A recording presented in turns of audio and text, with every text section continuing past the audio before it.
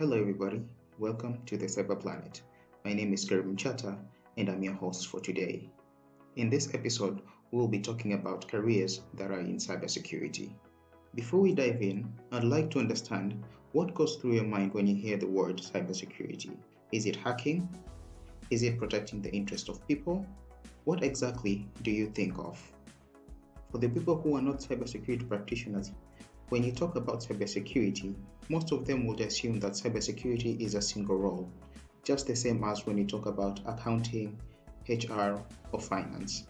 But in cybersecurity, there are a lot of roles.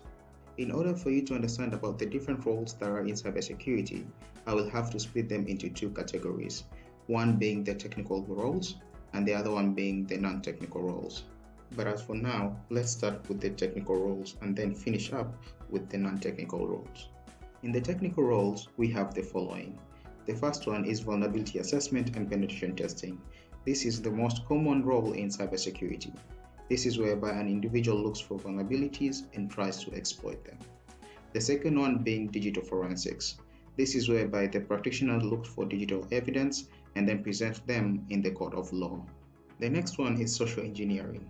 This is whereby the practitioner looks for vulnerabilities in humans as a way of getting access into the organization's system. A good example of a technique that social engineers use to test for human vulnerabilities is phishing.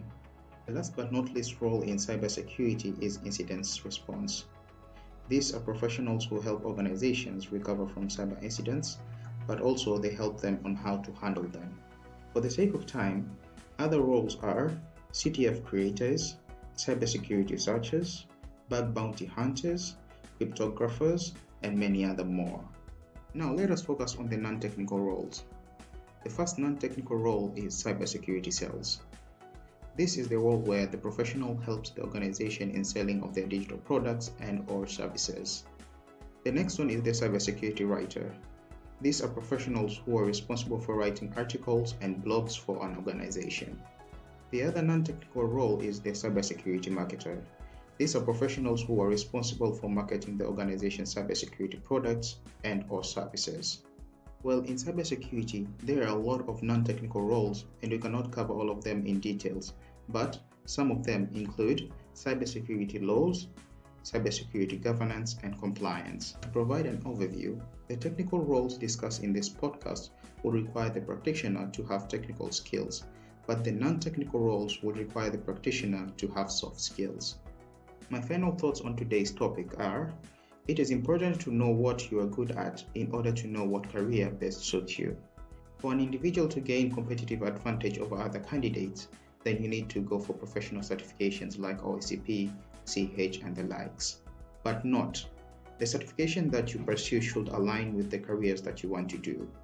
It really makes sense for a person who wants to be a pilot for a Boeing 747 to sit for an exam of an Airbus A380, right? Well, same applies to cybersecurity. It wouldn't make sense for a digital forensics practitioner to go and do a certification of CH, OSCP, and the likes. Hence, it is very important for the cybersecurity practitioners to align their certifications with their careers. Thank you very much for tuning in on today's episode. See you on the next one. Cheers.